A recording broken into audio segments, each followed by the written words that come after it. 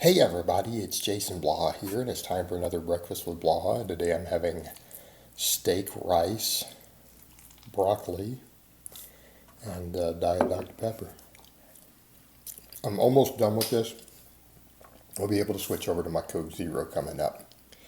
But today, let's talk about squat and deadlift days. I've had this come up in client vlogs. Who knows when this will be out, because client vlogs are going to dominate the channel. These could be 6 weeks behind by the time they're coming up. But, I've had people say, hey, some of your clients or this client, they squat and deadlift on separate days on their upper lower split. Isn't that a bro split? Does that mean their legs are only getting trained once a week? And something that we need to be clear there, not really. There's a couple of things to think about. Number one, the evidence against certain aspects of bro splits is actually less than it used to be. Meaning, we had data on all this muscle protein synthesis, but here's the thing, it hasn't panned out to make a difference in longer term studies significantly in muscle mass. In other words, the only time the higher frequency seems to be producing more growth is when it allows for more training volume that you can recover from. Because the problem is that when you do too many sets for a muscle, that's the problem with bro splits. If the people are doing 15, 16, 20 sets for a muscle, and if you're not using gear, you're not going to recover from that fully. That produces less muscle growth, right? Compared to 5 to 10 sets, 15 or 20 produces less muscle growth in studies in drug-free lifters, including more advanced ones. That's what the studies have shown, if done in a single session. There's your problem with bro splits. It's too much volume in one day for a given muscle. With frequency, it's only when the increase in volume, and it has to be volume you can recover from to be there, seems to be the times when it gives more muscle. But it doesn't automatically give more muscle. Right? And that's where we're getting into a little more convoluted info. People say, well, Jason, you used to say otherwise. I did, based upon the scientific evidence that I had available. Hey, that evidence has changed over the years. Been a lot more studies on muscle hypertrophy. Now, it's not to say that twice a week usually isn't going to be better. In many cases, it will be. I generally program and advocate that way. It's a really good way to split up your volume. It works quite well to do 4-day upper lowers.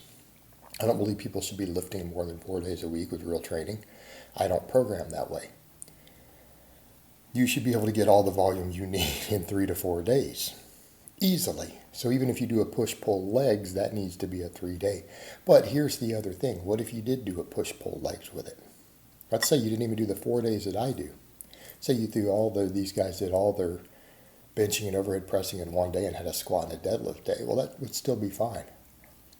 It's not the traditional bro split, and here's why. We're deadlifting on the second day. A lot of times these pull workouts, what are people doing? Are they really coming in and doing a bunch of heavy or high volume deadlifts?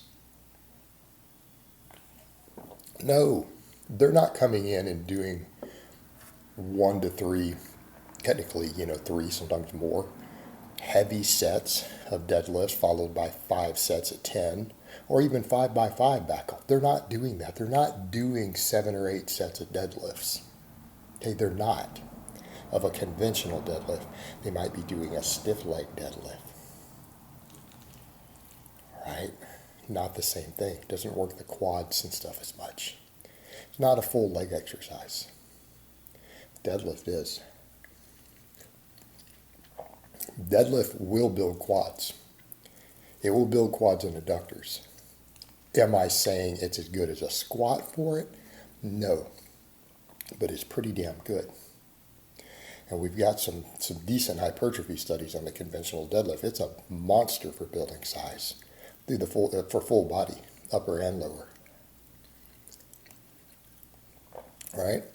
Well, what about the squat. The squat work any posterior chain. It sucks for the hamstrings. Sucks for hamstrings, but it does stimulate them a little bit. It's just a small amount in terms of muscle growth, but there's still some there. So what we're seeing is a lot of glute and back on both days, a lot of quad on one, a lot of hamstring on the other, a little bit of hamstring and a little bit of quad on the other. This is still a leg day, okay, because this is not a pull day.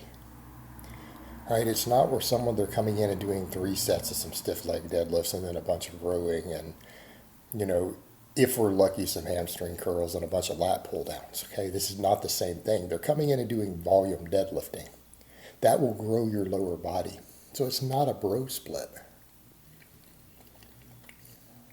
And again, we can make the same point with a squat.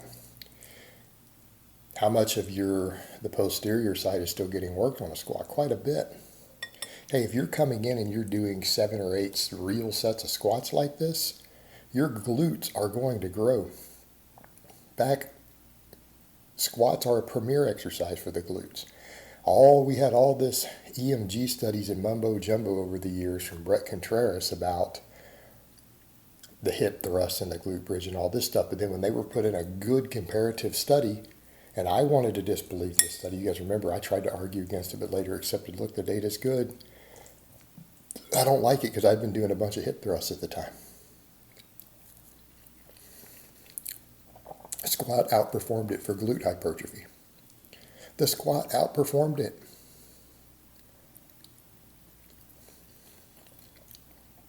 Right? Now it's no surprise. Look at Brett, who pushed all this stuff and had this amazing hip thrust and couldn't even squat when he needed to. Right? All this glute strength and he couldn't squat. Maybe he should have just done squats to build his glutes and his legs. Just putting that out there. And I'm not trying to be mean. I'm not going to insult someone's performance, but his powerlifting strength was not there. And when we're talking about an academic who is applying this stuff in himself and has this monstrously strong hip thrust, you would expect him to be able to squat. So again, because of glutes alone, I have glute dominant squatters. I have at least one of my clients now squats over 500. He's all glutes. His legs need more work. It's a very glute and hip dominant squatter. And then he squats over 500 weighing 175. I've put up clips of him before. So, but the whole point here is that people are trying to make this out as if, well, this isn't going to maximize growth. Well, it can.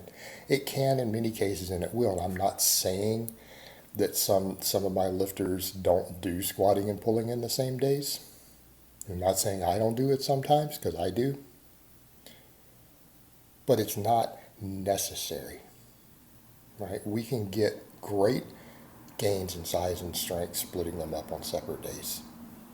All right, guys, well, that's really all I have to say on that today. I hope it's been informative, and I will talk to you guys next time.